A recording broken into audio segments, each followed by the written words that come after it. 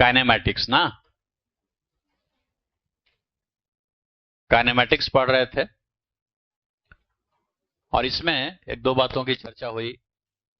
Distance क्या होता है, डिस्प्लेसमेंट क्या होता है और पोजीशन वेक्टर क्या होता है। ये तीन चीज पढ़े हम लोग। उसको थोड़ा क्लियर करने के लिए एक दो क्वेश्चन तुमको हम करा देते हैं, उसके बाद आगे बढ़ते हैं। जैसे सपोज करो, एक इजी प्रॉब्लम से शुरुआत करते हैं। आवाज नहीं करोगे जी बच्चा लोग, एकदम बोर्ड पर ध्यान रखो। सपोज करो कि ये हमारे पास एक सर्कल है और जिसका रेडियस कुछ आर है। रेडियस कितना है? आर है। कोई एक इंसेक्ट है, कोई कीड़ा है, वो इस सर्कल पे यहां से रेंगना शुरू करता है और रेंगते रेंगते यहां तक पहुंच जाता है। ये यहां तक पहुंच जाता है, यहां से पी से स्टार्ट करके क्यू पे पहुंच जाता है इस सर्कल पर रेंगते हुए। कहता ये है एंगल है,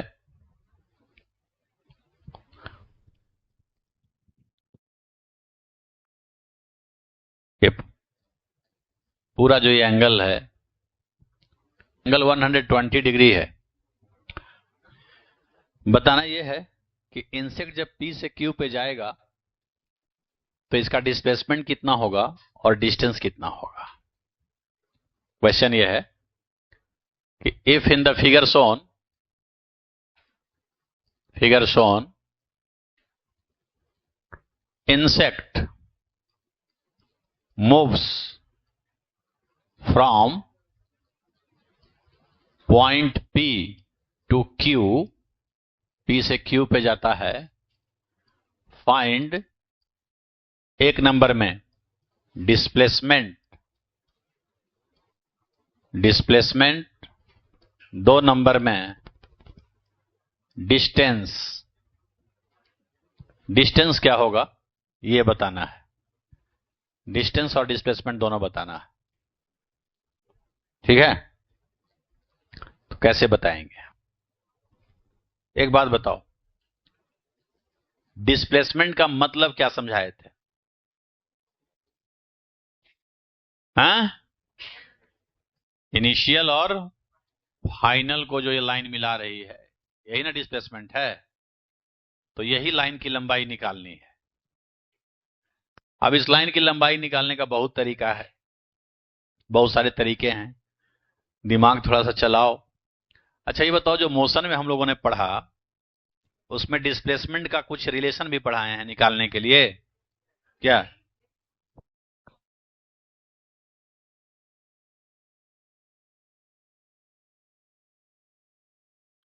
वो तो वो क्या पढ़ाए थे? ठीक है वैसा पढ़ाए थे, लेकिन वो क्या पढ़ाए थे? वो दो वेक्टर का रिजल्टेंट की बात थी।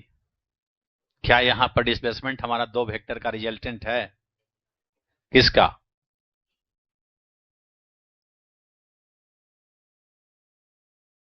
देखो, बहुत तरीका है सोचने का। एक तरीका तो ये है, वो सही बोल रही है। एक तरीका से चलें तो ऐसे सोच सकते हैं कि डिस्प्लेसमेंट का डायरेक्शन पढ़ाए थे इनिशियल से फाइनल की ओर, तो ये है मेरा डिस्प्लेसमेंट वेक्टर एस वेक्टर। यदि इस फिगर में अपने मन से इस पर एक एरो मार दें ऐसे और इस पर एक एरो मार दें ऐसे, तो निश्चित रूप से ये ट्रायंगल लॉ हो जाता है। इसके हेड पर इसका टेल आ गया, ये टेल से हेड को मिला रहा है, तो ये इन दोनों का रिजल्टेंट हो जाएगा फिगर में। तो एक तरीका ये जरूर है कि जहां पे एस वेक्टर है हमारा, वो रिजल्टेंट है किस वेक्टर का?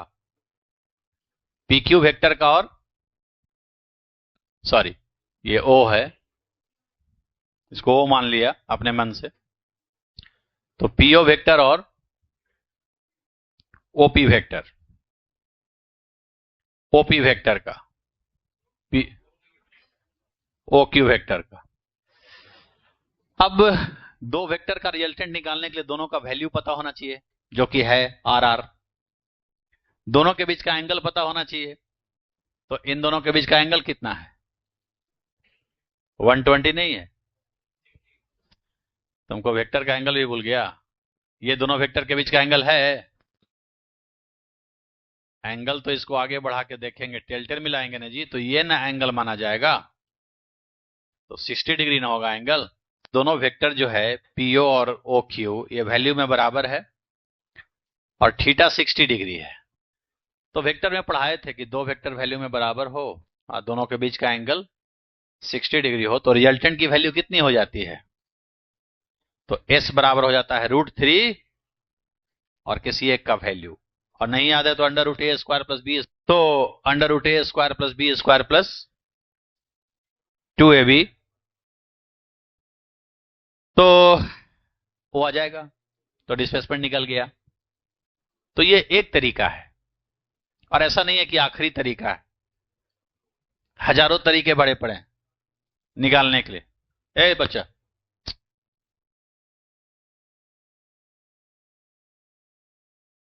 दूसरा तरीका ये हो सकता है कि मान लो हम ये नहीं लगावें, यही सब दिमाग देखो चलाना है। ऑल्टरनेटिव मेथड,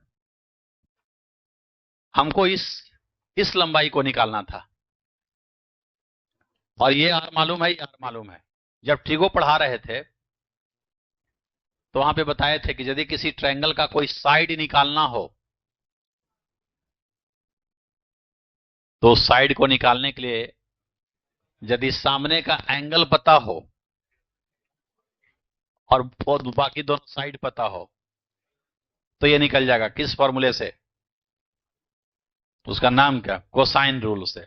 तो कोई बच्चा कोसाइन रूल भी लगा दे सकता था कि cos 120, इस एंगल को cos लेके चलेगा। कैसे लिखते थे कोसाइन फॉर्मूला?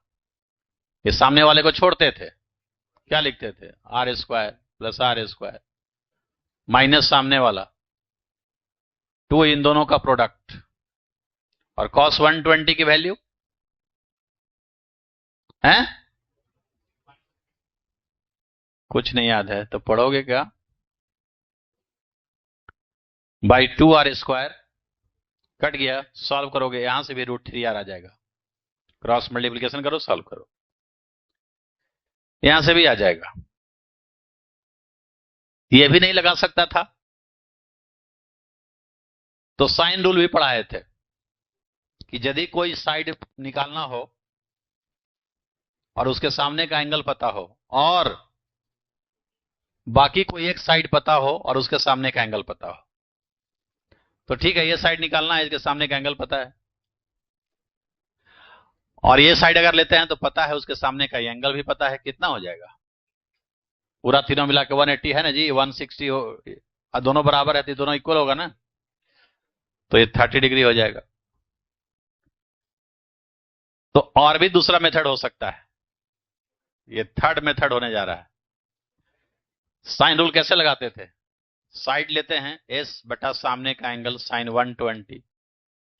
अब जो कोई एक साइड पता है वो ले लो, यार पता है, सामने का एंगल ले लो, एस निकाल लो। एस इज इक्वल टू क्या हो जाएगा? एस इज इक्वल टू हो जाएगा साइन 120 का value √3/2, r by half, half उलट जाएगा, इधर हो जाएगा। साइन 120 का वैल्यू होता है ना √3/2। ये भी नहीं लगाते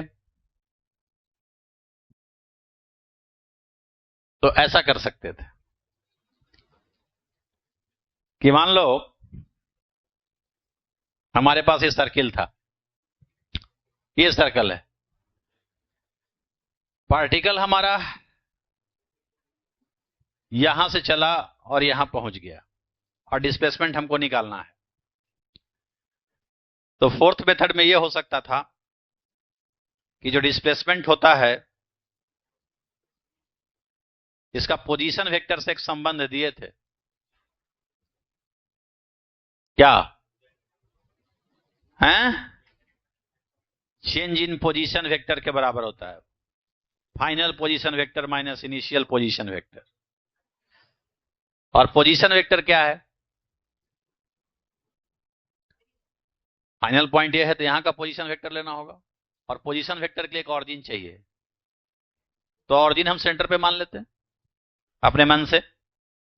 अगर इसको ऑरिजिन मान लें तो यहाँ का पोजीशन वेक्टर कौन हो जाएगा? किसी पॉइंट का जो ऑरिजिन से दूरी होता है वही तो होता है, तो यही हो गया पोजीशन वेक्टर। और डायरेक्शन कैसे लेते हैं? ऑरिजिन से दूर जाता हुआ, तो ये डायरेक्शन हो जाएगा, ये फाइनल पोजीशन वेक्टर हो गया।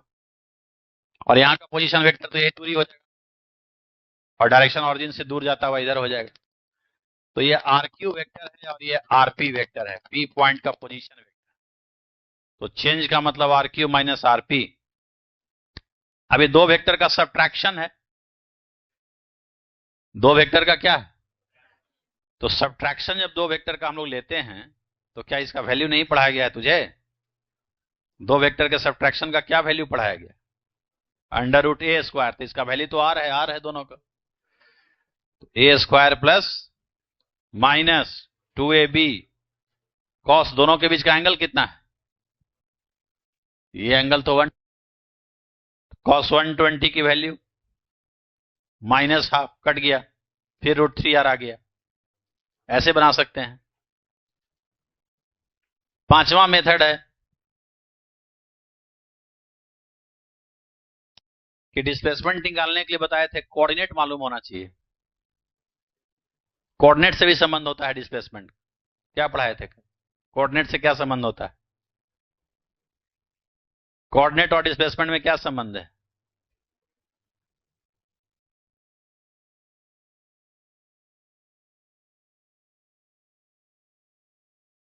ऐसे नहीं पढ़ाए थे? ये दो पॉइंट के बीच का डिस्टेंस है ना जी, तो डिस्टेंस फॉर्मूला नहीं पढ़ाए थे कोऑर्डिनेट ज्योमेट्री में? यही तो पढ़ाए थे, कल भी पढ़ाए थे ये चीज। हाँ, तो हम चाहें तो यहां का कोऑर्डिनेट लिख सकते हैं। अब कोऑर्डिनेट के लिए एक्सिस लेना होगा, तो ऑरिजिन यहां लिए थे, इधर एक्स मान लेंगे इधर, और यहां का कोऑर्डिनेट निकाल लेंगे। नहीं निकाल सकते हैं? कोऑर्डिनेट नहीं निकाला जा सकता है। एक्स मान लिया, ये वाई मान लिया, और ये मेरा पॉइंट है, ये आर है, और ये एंगल कितना है? ये वाला एंगल इतना सा, ये पूरा 120 है तो 60 होगा ना जी। ये 90 है ना, और ये 30 निकाला था, तो 60 ही ना हुआ। तो ये एंगल जब 60 है तो यहां का कोऑर्डिनेट का मतलब क्या होता है? ये एक्स पर परपेंडिकुलर गिराएंगे तो ये दूरी निकालना होगा। अब ये दूरी मालूम है, ये एंगल मालूम है, तो ये नहीं निकल जाएगा। कैसे? ये कैसे निकलेगा?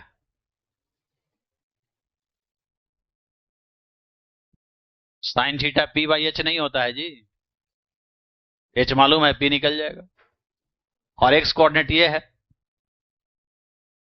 तो b/h कर देंगे, तो कोऑर्डिनेट मालूम हो गया। इसी तरह से यहां का कोऑर्डिनेट निकल जाएगा, यहां बैठा देंगे। डेल्टा x क्या है? फाइनल ये है, इनिशियल ये है, इसमें से इसको घटा देंगे, स्क्वायर कर देंगे, सॉल्व कर देंगे। कितने तरीके हो गए कि डिस्टेंस निकालिए।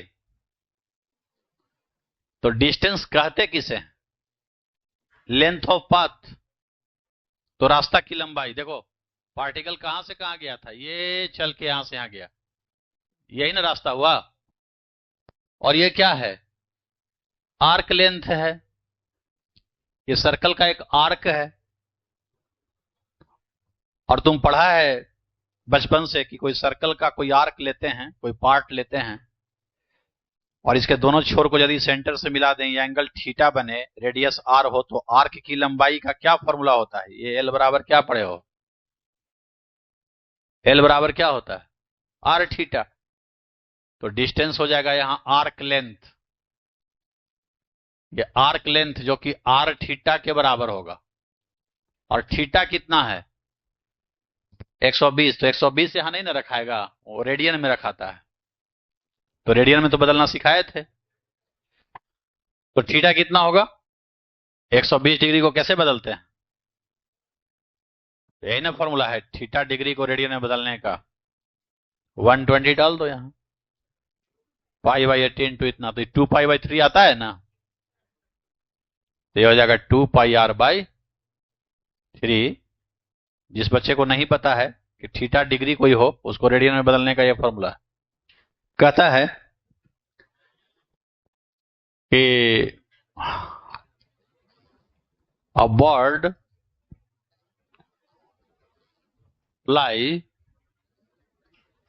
flies from the point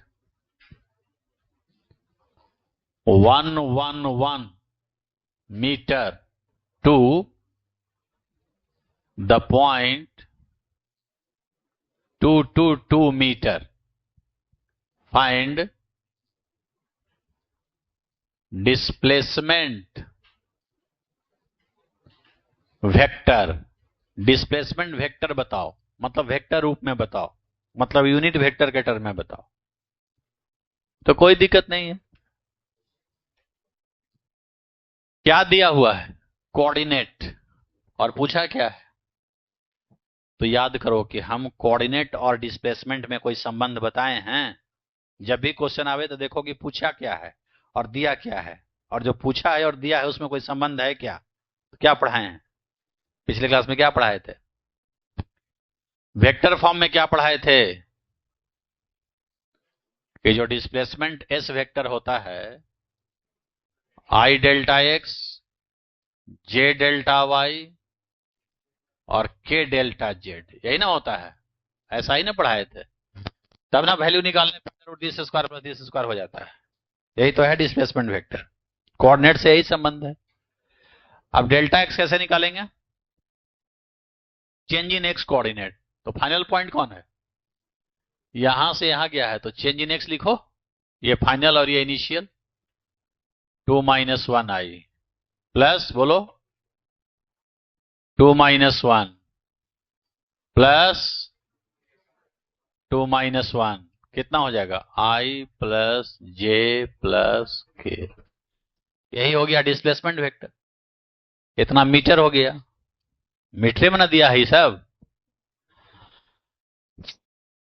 अब कोई पूछे कि डिस्प्लेसमेंट का मैग्नीट्यूड बताइए, तो ऐसा वेक्टर का मैग्नीट्यूड नहीं पड़े हो। √1² 1² 1² का सम √3 आ जाएगा। देखो नेक्स्ट क्वेश्चन जो है ऐसा है कि मान लो ऐसा क्वेश्चन देता है कि a particle moves on the x axis. कहां चल रहा है? एक्स एक्सिस पे, एक्स पे मोशन कर रहा है। Particle moves on the x axis such that its coordinate x changes with time t as x is equal to t square minus 10t plus 20 meter. Here x is in meter and t is in second. t क्या है? Second में है। Find displacement of particle between 0 to 10 second. 0 से 10 second में displacement बताना है। एक particle कहां चल रहा है? पार्टिकल किस एक्सिस पे चल रहा है? बोलो जल्दी से। एक्स एक्सिस पे। और क्या दिया हुआ है? एक्स एक्सिस पे चल रहा है। और क्या बदल रहा है उसका? X coordinate, coordinate x. किसके साथ बदल रहा है? टाइम के साथ बदल रहा है। जाहिर है मोशन करेगा तो स्थान बदलेगा तो कोऑर्डिनेट बदलेगा। कहता है कि ऐसे बदल रहा है टाइम के साथ, है ना? तो कहता है कि बताइए कि 0 से 10 सेकंड में उसका डिस्प्लेसमेंट क्या हो गया। 0 टाइम का मतलब क्या बताए थे कि जब पार्टिकल शुरू किया होगा तो घड़ी ऑन किया होगा ना देखने के लिए, स्टॉप वॉच, टाइमर, मोबाइल वाला। तो जैसे ही ऑन करता है उस समय 0 लिखता है, तो ये स्टार्टिंग टाइम बताता है। माने स्टार्ट करने से लेकर 10 सेकंड जब घड़ी में हो जाएगा उस समय के बीच में डिस्प्लेसमेंट पूछा है। अब देखो फिर सुनो, अभी बच्चे हो तो समझो। पूछा क्या क्वेश्चन में, क्या पूछा? डिस्प्लेसमेंट। और दिया क्या? कोऑर्डिनेट।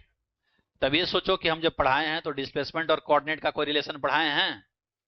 पढ़ाए क्या है? सामने ही तो लिखा हुआ है। क्या लिखा हुआ? सामने ही लिखा हुआ।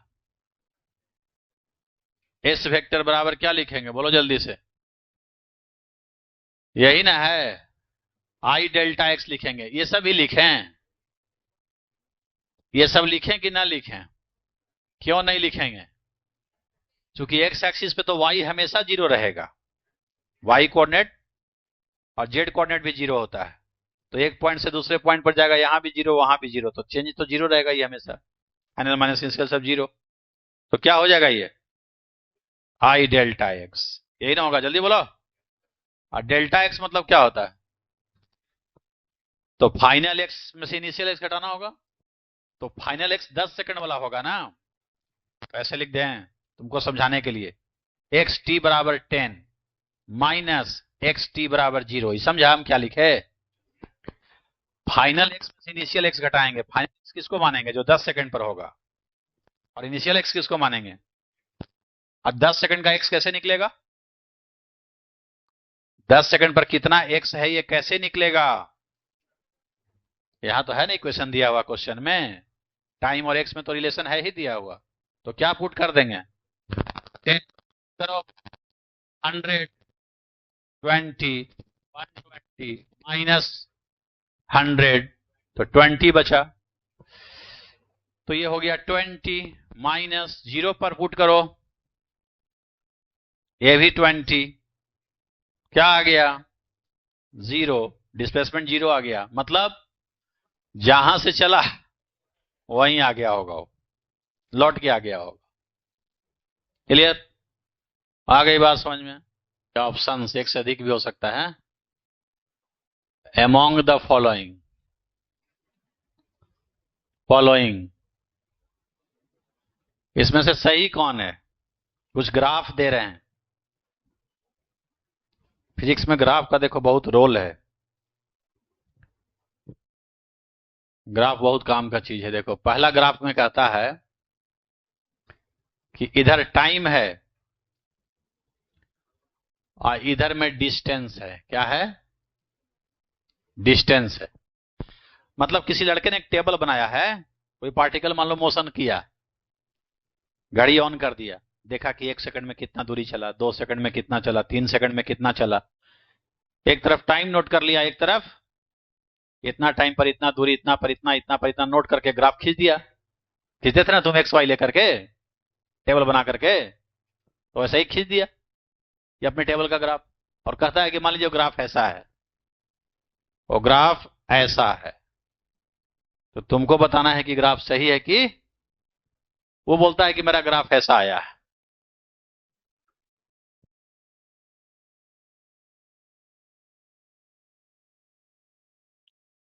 दूसरा है, वो बोलता है कि हम एक ग्राफ और खींचे हैं पोजीशन का। पोजीशन माने पोजीशन वेक्टर को ही कभी कभी पोजीशन बोलते हैं, और उसको एक्स लिख रहा है, मतलब आर बराबर एक्स रहा होगा। अरे पोजीशन वेक्टर आर होता है ना। पोजीशन वेक्टर का कोऑर्डिनेट के साथ ही ना संबंध होता है। तो मान लो एक्स एक्सिस पर रहेगा तो वाई तो 0 हो जाएगा, तो पोजीशन किसके बराबर हो जाएगा? तो एक्स लिखा है मतलब एक्स एक्सिस पे रहा होगा पार्टिकल, इसलिए आर को एक्स लिख दिया। तो पोजीशन का ग्राफ बोलता है कि ऐसा आया है, ऐसा है, और डिफरेंट डिफरेंट टाइम पर नोट किया पोजीशन। पोजीशन माने क्या? जैसे वाई एक्सिस है, ये एक्स एक्सिस है, ये ऑरिजिन है, मेरा पार्टिकल मान लो एक्स एक्सिस पे यहां है, तो इसका पोजीशन माने क्या? ऑरिजिन से दूरी नोट कर लिया। फिर मान लो पार्टिकल कहीं यहां आ गया, टाइम नोट किया, फिर दूरी नोट कर लिया, ऑरिजिन से दूरी। इसी का कोई टेबल बना लिया होगा, इधर टाइम इधर दूरी, टेबल बना के ग्राफ खींच दिया। वो दे दिया तुमको कि मेरा ऐसा ग्राफ आया। तुमसे पूछता है कि ऐसा आ सकता है कि नहीं, सही है कि गलत है। वो कह रहा है झूठ भी बोल सकता है, वही पकड़ना है कि झूठ बोला कि सच बोला। थर्ड में कहता है कि इधर हम टाइम लिए और इधर में डिस्प्लेसमेंट लिए। क्या लिए? इस दफा बोलता है कि डिस्प्लेसमेंट लिए हैं। और ये ग्राफ ऐसा है। चौथा में बोलता है कि डिस्टेंस लिए और टाइम लिए। डिस्टेंस और टाइम। और ये ग्राफ ऐसा है। और पांचवा में बोलता है ये ग्राफ ऐसा भी है, इधर टाइम है, इधर दो चीज मानिए, डिस्प्लेसमेंट कॉमा डिस्टेंस। मतलब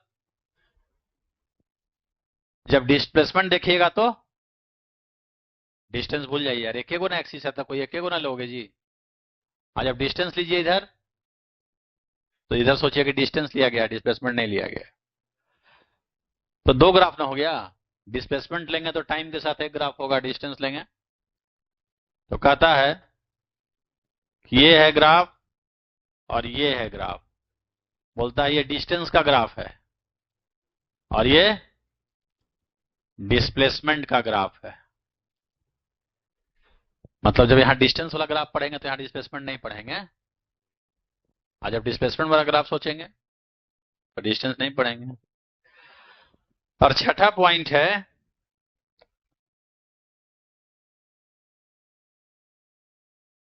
हाँ बस हो गया, इतना ही बताओ, इतना ही बताओ। चलो यही है। कौन सा सही है? और डिस्टेंस कहां है? तो वाई कोऑर्डिनेट हमेशा है कि नहीं है? किसी भी पॉइंट पर लेंगे तो वाई कोऑर्डिनेट पॉजिटिव है, वो तो सही है। फिर तुम पढ़े थे कि डिस्टेंस कभी घटता नहीं है मोशन के दौरान। यहां तो घट गया। जैसे यहां पॉइंट लिया, तेरे की, यही ना ग्राफ है। तो यहां पॉइंट लिया तो यहां का वाई कोऑर्डिनेट इतना है, एक्स कोऑर्डिनेट ये है, मतलब इतना टाइम पर इतना दूरी है। पार्टिकल यहां चला गया इस पॉइंट पर, इस पॉइंट को देखते हैं तो कोऑर्डिनेट बढ़ गया, समय बढ़ा। यहां जीरो टाइम है, मतलब घड़ी का समय बीत रहा है, टिक टिक चल रहा है। समय बढ़ा, दूरी बढ़ा, यहां भी बढ़ा, फिर समय तो बढ़ गया, दूरी। होता है ऐसा, कोई भी पार्टिकल मान लो यहां से यहां गया, अब इतनी दूरी है, और आगे गया तो और दूरी बढ़ा, और लौट भी गया तो दूरी में तो सब काउंट होता है ना, रास्ता पूरा। तो लौट भी जाएगा तब तो जुड़ ही ना जाएगा, बढ़ ही ना जाएगा रास्ता की लंबाई। इसलिए क्या है, ये रॉन्ग है। क्यों रॉन्ग है? डिस्टेंस कभी मोशन में घटता नहीं है, यहां समय बढ़ा रहा है और डिस्टेंस घटा रहा है। चलो वहां पोजीशन, एक ऐसे लाइन खींच दो, हैं? सही है ना? एक ऐसे लाइन खींचो। अच्छा ये बताओ, इस पॉइंट का वाई कोऑर्डिनेट तो इतना है और टाइम ये है। मान लो समझने के लिए कुछ मान लेते हैं 10 सेकंड, 5 सेकंड कुछ तो होगा। तो इस 5 सेकंड पर इतना दूरी पर है पार्टिकल ऑरिजिन से, पोजीशन माने ऑरिजिन से दूरी। इसी 5 सेकंड पर यहां लेते हैं तो यहां का भी तो वाई कोऑर्डिनेट ये है, एक्स कोऑर्डिनेट ये है, यानी कि उसी टाइम पर पार्टिकल ऑरिजिन से अब ज्यादा दूरी पर है, और उसी टाइम पर और दूरी बढ़ गया। मतलब एक ही टाइम पे पार्टिकल कितना जगह है, ये मेरा ऑरिजिन है, पहले कम दूरी पर है, फिर ज्यादा दूरी पर है, फिर और ज्यादा दूरी पे है, और तीनों में समय। तो एक ही समय में तीन जगह वो कैसे रह सकता है? श्री कृष्ण भगवान, एक पार्टिकल एक समय में तीन जगह नहीं रह सकता है। कृष्ण भगवान थोड़ी है, ये उनकी 16,200 रानी थी, सबके पास एक ही टाइम में रहते थे, किसी को लड़ाई झगड़ा नहीं होता था। चलो और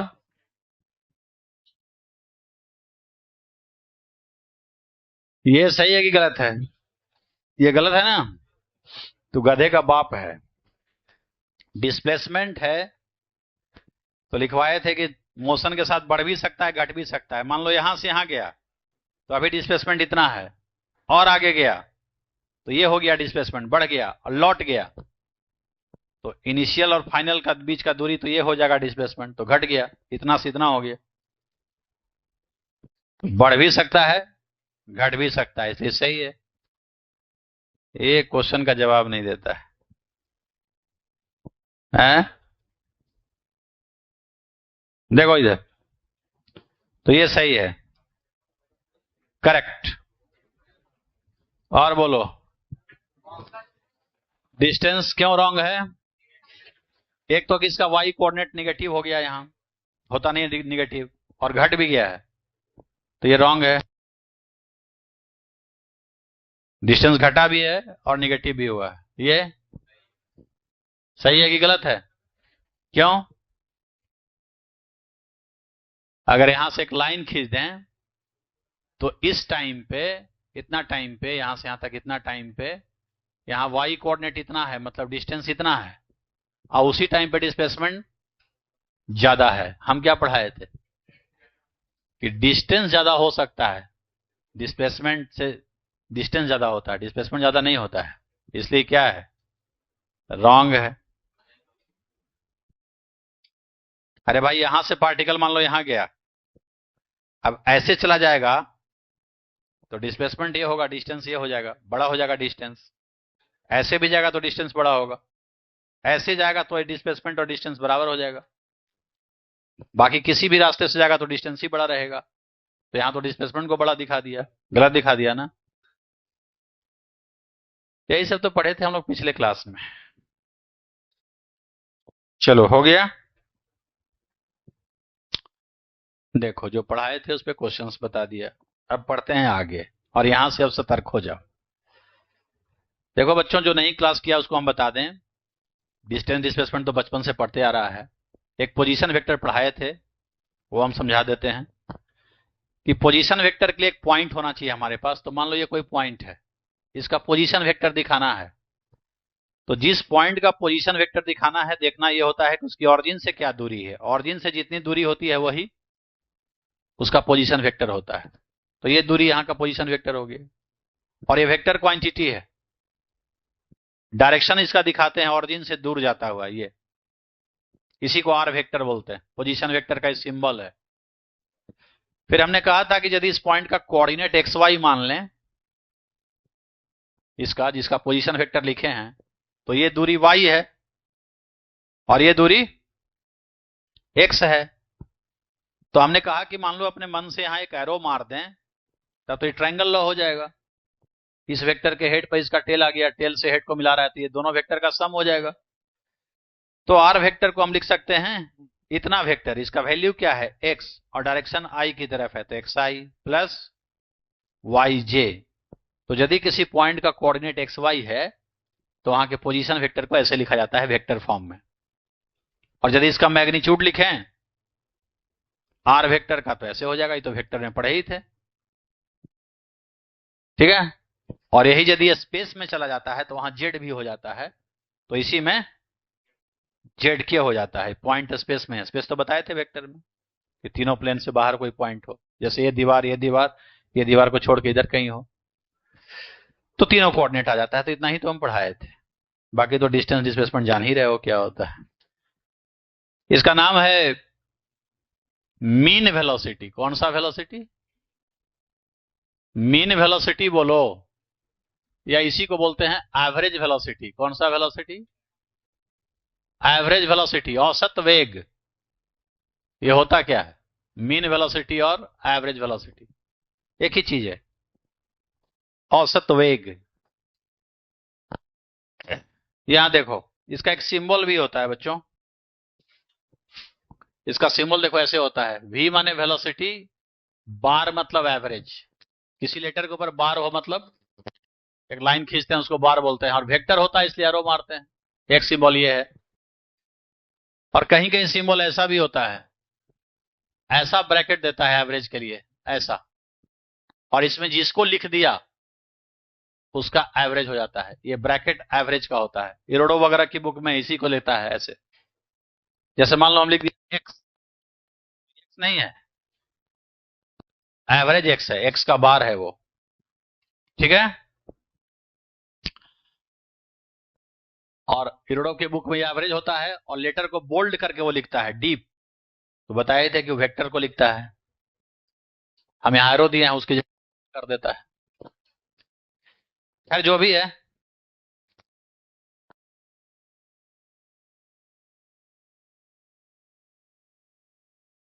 देखो ऐसा है कि एवरेज वेलोसिटी होता क्या है। एक बात दिमाग में बिठा लो कि यहाँ पे वैसे एवरेज नहीं निकालना है कि 3 और 4 का एवरेज निकालना है तो 3 + 4 जोड़ के 2 से भाग दे दिए, ये वाला एवरेज नहीं है ये। कि कोई पार्टिकल यहां से यहां गया, पी पॉइंट से क्यू पॉइंट पे, और यहां का वेलोसिटी और यहां का वेलोसिटी जोड़ के 2 से डिवाइड कर दिया, उसको एवरेज नहीं कहते हैं, कुछ और मतलब है, वो हम समझा रहे हैं। देखो जो एवरेज वेलोसिटी होते हैं, एवरेज वेलोसिटी, इनका फॉर्मूला होता है डिस्प्लेसमेंट अपॉन टाइम। क्या होता है, अब ये याद रखना। डिस्प्लेसमेंट अपॉन टाइम का मतलब क्या हुआ कि एक पॉइंट से दूसरे पॉइंट पर जब गया तो जितना डिस्प्लेसमेंट हुआ उसको जाने में जो समय लगा उससे क्या करो, डिवाइड कर दो। डिस्प्लेसमेंट को टाइम से डिवाइड कर दो। तो इसी रेशियो को क्या बोलते हैं, जैसे ये हुआ ना डिस्प्लेसमेंट, यहां से मान लो चल करके यहां गया तो डिस्प्लेसमेंट ये हुआ ना, और ऐसे गया है रास्ता से तो कुछ समय भी लगा होगा, उस समय से भाग दे दो। और ये वेक्टर क्वांटिटी है, डायरेक्शन उधर ही होता है जिधर डिस्प्लेसमेंट होता है। तो डिस्प्लेसमेंट यहां किधर है, किधर होता है, इनिशियल से फाइनल की ओर, इधर एरो मारते हैं ना, तो पी से क्यू की ओर एरो मारेंगे, इनिशियल एवरेज वेलोसिटी हो जाएगा, ठीक है। यूनिट का बात करें तो डिस्प्लेसमेंट मीटर में होता है एसआई में, और सेकंड में तो मीटर पर सेकंड इसका भी होगा। इतना तो समझ गया। अब आगे पहले इतना लिख लें। देखो नोट्स में क्या लिखा, इट इज डायरेक्टेड अलोंग किधर, डिस्प्लेसमेंट की तरफ होगा ये हमेशा, डिस्प्लेसमेंट की तरफ, जिधर डिस्प्लेसमेंट उधर एवरेज वेलोसिटी। तो जब भी कहीं क्वेश्चन में एवरेज वेलोसिटी पूछेगा तो तुमको डिस्प्लेसमेंट देखना होगा कि क्वेश्चन में डिस्प्लेसमेंट दिया है कि नहीं, नहीं दिया है तो निकालना होगा। टाइम दिया है कि नहीं, नहीं दिया हुआ तो निकालना होगा। अब सब पढ़ेंगे कैसे निकालेंगे, क्या करेंगे। डिस्प्लेसमेंट निकालने का तरीका तो पढ़ा ही दिए हैं, अभी ना क्वेश्चन बनाए थे। जैसा क्वेश्चन रहेगा उसके अनुसार दिमाग लगाएंगे। मान लो कि मेरा पार्टिकल यहां से शुरू किया मोशन, कहां से, तो उस टाइम को क्या लिखेंगे, यहां घड़ी ऑन कर दो मोबाइल वाला टाइमर, तो यहां t = 0 हो गया। मान लो कुछ समय बाद यहां आ गया तो कुछ समय घड़ी में हो जाएगा, उसको हम t मान सकते हैं। तो मान लिया कि यहां कब पहुंचा, एट टाइम t, ये कुछ भी हो सकता है ना, t मान लिया। यहां से आने का t समय लगा, फिर जब यहां से यहां आएगा कुछ और समय लग जाएगा, समय बढ़ जाएगा कि घट जाएगा, तो यहां से आने में t समय लगा है, और इतना जाने में जो समय लगा होगा उसको जोड़ दें तो यहां का समय मिल जाएगा। अब देखो बढ़ना को हम लोग डेल्टा माने क्या समझाए थे, और उसका दूसरा नाम भी था इंक्रीज। तो डेल्टा टी मतलब क्या हुआ, चेंज इन टाइम और इंक्रीज इन टाइम। तो यहां तक के टाइम को टी माने, ये जो समय बढ़ा और इसको डेल्टा टी मान लेते हैं, बढ़ा हुआ समय। तो यहां का समय कितना हो जाएगा, टी प्लस डेल्टा टी। ये मैथ में लिखने का तरीका है। इतना समय डेल्टा टी मान लिया बढ़ा हुआ, यहां टी और समय और बढ़ गया, जोड़ दिए तो कुल समय हो गया। और ये कौन सा वेक्टर था, डिस्प्लेसमेंट वेक्टर। इसका संबंध पोजीशन वेक्टर से ही ना होता है, delta R, change in position vector नहीं होता है। देखो वो भी क्लास छूटा है, वो भी समझा देते हैं। मान लो पार्टिकल मेरा यहां से यहां चला गया, तो डिस्प्लेसमेंट कौन हुआ, ये हुआ, और इनिशियल पॉइंट तो ये हुआ, यहां का पोजीशन वेक्टर यही ना हुआ, और यहां का पोजीशन वेक्टर ये हो जाएगा, ये इनिशियल और ये ट्रायंगल हुआ, इसके हेड पर ही डिस्प्लेसमेंट वाला हेड है ना, तो are I plus S displacement जोड़ दिया, किसके बराबर है, आर एफ के, तो एस बराबर आर एफ माइनस, तो फाइनल माइनस इनिशियल ही ना चेंज हो गया, तो दो पॉइंट का जो पोजीशन वेक्टर होता है उसी के चेंज को डिस्प्लेसमेंट बोल सकते हैं, यही पढ़ाएं, वो भी रिपीट कर दिया, ठीक है ना। तो अगर तुमसे पूछे कि यहां और यहां के बीच का एवरेज वेलोसिटी बताइए, तो कैसे बताओगे, ऐसे लिख सकते हैं, देखो तो, average velocity between time t and t plus delta t। देखो जब भी एवरेज पूछेगा तो 2 पॉइंट देगा ही देगा, क्योंकि डिस्प्लेसमेंट के लिए 2 पॉइंट चाहिए इनिशियल फाइनल, तो एवरेज हमेशा 2 पॉइंट के बीच ही निकलता है, 1 पॉइंट पे नहीं निकलेगा। जैसे तुमसे पूछेगा कि यहां पर का एवरेज वेलोसिटी बताओ, जब देगा तो 2 पॉइंट देगा, क्या लिखेंगे एवरेज वेलोसिटी, बोलो एवरेज वेलोसिटी क्या लिखोगे, बोलो डिस्प्लेसमेंट अपॉन टाइम, और डिस्प्लेसमेंट क्या है, डेल्टा आर। मैथमेटिकली कैसे लिखेंगे, और टाइम क्या लगा यहां से यहां जाने में, डेल्टा टी। मानी लिखने का तरीका हुआ मैथमेटिक्स में, अगर कोई मैथ का आदमी लिखेगा तो ऐसे लिखेगा, इसी चीज को ऐसे लिखेगा, यही इसका मतलब हुआ, और डेल्टा से डेल्टा कट जाएगा, हाँ हाँ, कटाना मत, एक टर्म है डेल्टा।